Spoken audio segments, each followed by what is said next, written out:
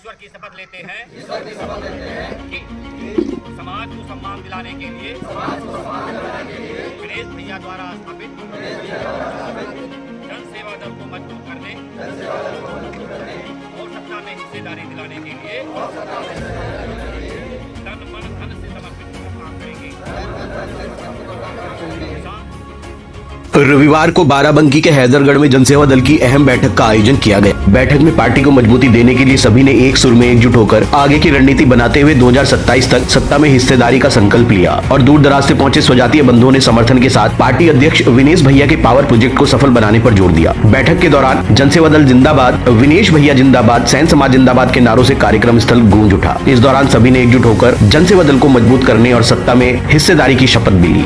बैठक की अध्यक्षता राजाराम जी ने एवं संचालन मृदुल सैन ने किया। बैठक में बतौर मुख्य अतिथि पहुंचे पार्टी के राष्ट्रीय अध्यक्ष विनेश भैया ने जहां सभी जनसेवा दल के सिपाहियों को 2027 में सत्ता में हिस्सेदारी पाने का मंत्र दिया, वहीं सभी से एकजुट होकर अभी से 27 की तैयारी में जुट जाने का आह्वान किया। उन्होंने बैठक को संबोधित करते हुए कहा कि मैंने अपने समाज को एक प्लेटफॉर्म पर लाने के लिए जनसेवा दल बनाया है। लंबे समय से समाज कई टुकड़ों में बटा था। आज की बैठक में समाज के लोगों को इकट्ठा देख खुशी का एहसास हो रहा है। उन्होंने कहा कि मैंने अपने समाज की पीड़ा को बहुत नजदीक से देखा है। मैंने अपने अखबार विधान केसरी की शुरुआत 2007 में की थी। पत्रकारिता के क्षेत्र में रहते हुए समाज के लोगों की मदद भी की, लेकिन जब अपने समाज को बटा हुआ देखता था तो बड़ी पीड़ा होती थी। उन्होंने कहा यह बेहद चिंता का विषय है कि हम लोग आज तक समाज के किसी भी व्यक्ति को चुनकर विधायक नहीं बना पाए। हमारे समाज में योग्यता की कमी नहीं है। उन्होंने कहा मैं दावे के साथ कह सकता हूं कि राजनीति और सत्ता के बिना किसी भी समस्या का हल संभव नहीं है। यदि समाज के लोग इकट्ठा होकर ईमानदारी से जनसेवा दल से जुड़ जाएं, तो ये विनेश ठाकुर प्रत्येक जिले में एक एक विधायक बनाकर विधानसभा भेजने का काम करेगा और सत्ता में हिस्सेदारी पाने से सैन सवितानंद समाज को दुनिया की कोई ताकत नहीं रोक पाएगी। उन्होंने कहा जितने लोग यहाँ बैठे हैं, अगर शपथ लेकर एक साल थोड़ा सा फालतू समय निकालकर फील्ड में नंदवंशियों को एकजुट करने के लिए निकल पड़े तो वो दिन दूर नहीं जब सैन सवितानंद समाज को उनकी संख्या के अनुपात सत्ता में हिस्सेदारी दिलाकर रहेंगे। और मैं दावे के साथ कह सकता हूं कि ये आपके लिए नहीं बल्कि आपकी आने वाली पीढ़ियों के लिए बड़ा काम होगा। उन्होंने कहा सत्ता में आते ही जनसेवा दल सबसे पहले अपने समाज के जाति प्रमाण पत्र में सैन सविता अथवा नंद लिखवाने का काम करेगा। कार्यक्रम में विनेश भैया का स्वागत बड़ी गर्मजोशी के साथ फूलों की माला पहनाकर किया गया। राष्ट्रीय उपाध्यक्ष डॉक्टर सीके वर्मा ने भी सभी स्वजातीय बंधुओं को सत्ता में हिस्सेदारी का संकल्प दिलाया। वहीं सभी लोगों से अपने विचारों के जरिए एकजुट होकर विनेश भैया के इस पावर प्रोजेक्ट में तन मन धन से जुट जाने की अपील की। उन्होंने अपने संबोधन में कहा कि विनेश भैया ने जातीय उत्पीड़न को पूरी तरह खत्म करने का प्रण लेकर जनसेवा दल बनाया है। प्रदेश अध्यक्ष राजू नंद ने कहा अब सैन समाज चैन से नहीं बैठेगा। विनेश भैया ने सत्ता में हिस्सेदारी का जो पावर प्रोजेक्ट तैयार किया है वो हर हाल में परवान चढ़ेगा। हर पार्टी ने हमारी अनदेखी की, लेकिन अब ऐसा नहीं चलने वाला। हम हर विधानसभा में अच्छी खासी तादाद में हैं। यदि सभी स्वजातीय बंधु एकजुट हो जाएं तो वो दिन दूर नहीं जब हमारे भी विधायक मंत्री विधानसभा की शोभा बढ़ाएंगे। मृदुल नंद ने अपने ओजस्वी भाषण में सभी लोगों से सत्ता में आने के लिए सहयोग करने की अपील। राष्ट्रीय उपाध्यक्ष डॉक्टर सीके वर्मा, प्रदेश अध्यक्ष राजू नंद, उपाध्यक्ष अरविंद गौरव, लखनऊ जिला अध्यक्ष डॉक्टर सुरेंद्र शर्मा, संतोष कुमार, सुरेश ठाकुर सहित तमाम राष्ट्रीय पदाधिकारियों ने बैठक में शामिल होकर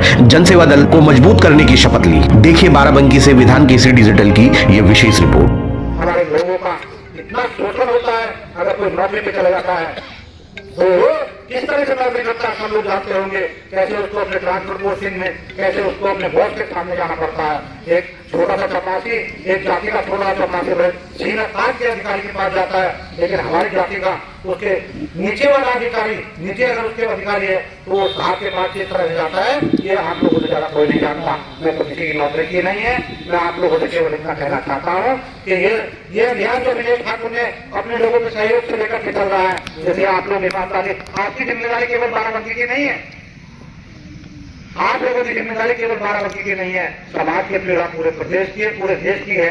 लेकिन हम लोग अगर इनकी रिश्तेदारी अगर 4 जिलों में है तो 4 जिलों में अगर मान लिया 100 आदमी को समझाने का काम कर दिया तो इन्होंने पार्टी का काम किया।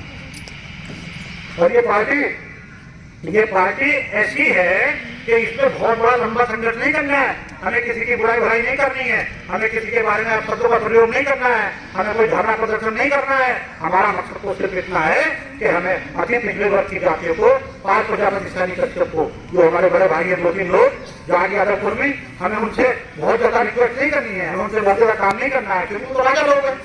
वो तो ऑलरेडी मंत्री और सरकार प्रधानमंत्री दुनिया भर के रह चुके हैं। जो लोग पीड़ित लोग हैं, वंचित लोग हैं, हमें उन्हें इकट्ठा करने का काम किया है। लेकिन वो तब होगा जब विनेश ठाकुर का समाज विनेश ठाकुर के साथ खड़ा हो जाएगा, तब पाल समाज का आदमी आएगा कि अब तुम्हारा समाज तुम्हारे साथ खड़ा हो चुका है, तो 5 प्रजापति सैनिक कश्यप समाज के लोग और दूसरे अन्य पिछली जाति में आने वाले लोग हमारे साथ खड़े हो जाएंगे। ये मेरी गारंटी है। और उसके बाद भी अगर मान लिया जरूरी नहीं है कि गठबंधन की बात होगी, यदि गठबंधन की बात नहीं बनती है तो हम सीधे जातियों से गठबंधन करने का काम करेंगे। जैसे दिनेश ठाकुर ने सहन समाज के लिए पार्टी बनाने का काम किया है कि 3% या 4% हमारी सीटें बनती हैं, तो हम 3-4% सीटें मांग रहे हैं। उसी तरह से हम पाल समाज के, मेरे पास पाल प्रजापति सैनिक समाज के लोग जो अच्छे काम करने वाले लोग हैं उनके संपर्क।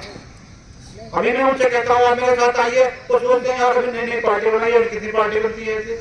लेकिन समाज के अगर 10 कार्यक्रम हो गए, वो पाल प्रजापति सैनिक समाज के लोग हमसे कहेंगे भैया हमें भी ले लो, तो हम उनको इक्वल टू विनेश ठाकुर जैसा राष्ट्रीय अध्यक्ष बनाने का काम करेंगे। हम उसको आगे बड़ा भाई मान करके सम्मान करेंगे। हम उसको हेलीकॉप्टर में भी आगे वाली सीट पर बैठा कर ले जाएंगे, क्योंकि हमें अपने रीजन में कामयाब होना है। और जब ये मान लो वो अपनी लड़ाई लड़ेगा, हम अपनी लड़ाई लड़ेंगे।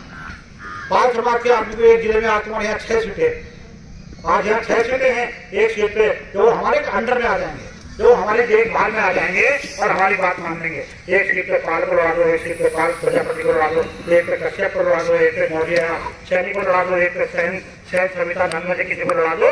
ये 8-10 जातियां हैं। आप बताओ 12 की 6 सीटों में ऐसी कौन सी विधानसभा जिसमें 1 लाख वोट से कम होगा?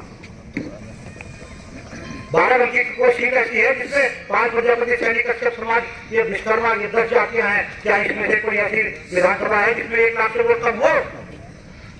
और अभी आप पिछला इतिहास उठा के देख लो, आपके विधायक कितने भी बने होंगे, उनको कितने वोट पड़े होंगे। अगर हमारे साथ गठबंधन की बात नहीं आती है तो हम फ्री होकर चुनाव लड़ सकते। मेरे पास पूरा प्रोजेक्ट बना, मेरे पास, मैं बिना योजना के काम नहीं कर रहा हूँ। जैसे अखबार की मशीन लगाने का काम करते हैं और लॉस प्रॉफिट देखते हैं, उसी तरह से मैंने ये पॉलिटिकल पार्टी बनाने का काम किया है। इसमें मुझे पता है कि करना क्या है। पहले अपने समाज को जोड़ना है, फिर पाल प्रजापति सैनिक कश्यप समाज के लोगों को जोड़ना है, उसके बाद तब हम जाकर के रैली करेंगे। और रैली जब 25-25 हजार की रैली होगी, ईमानदारी और निष्ठा के साथ जितने लोग बैठे हैं, आप लोग बता देंगे, हमारे सामने जीप निकाल के घूमते फिरेंगे, ये कहेंगे भैया आप लोग हमसे चाहते क्या हो? मैंने हम चाहते हैं अपनी हिस्सेदारी। हम तो 312 सीटें बनती हैं, हम तो 11 में सबर कर लेंगे, हम 11 सीटें ले लेंगे, लेकिन आप लोग ईमानदारी और निष्ठा के साथ देने का काम करें। मैं गारंटी के साथ कहता हूँ, ये लोग नाक रख लेंगे और हमारे सामने आकर के हमें हमारा हिस्सा देने का काम करेंगे। इसी का नाम सत्ता में हिस्सेदारी होगा और यही हमें रखना है।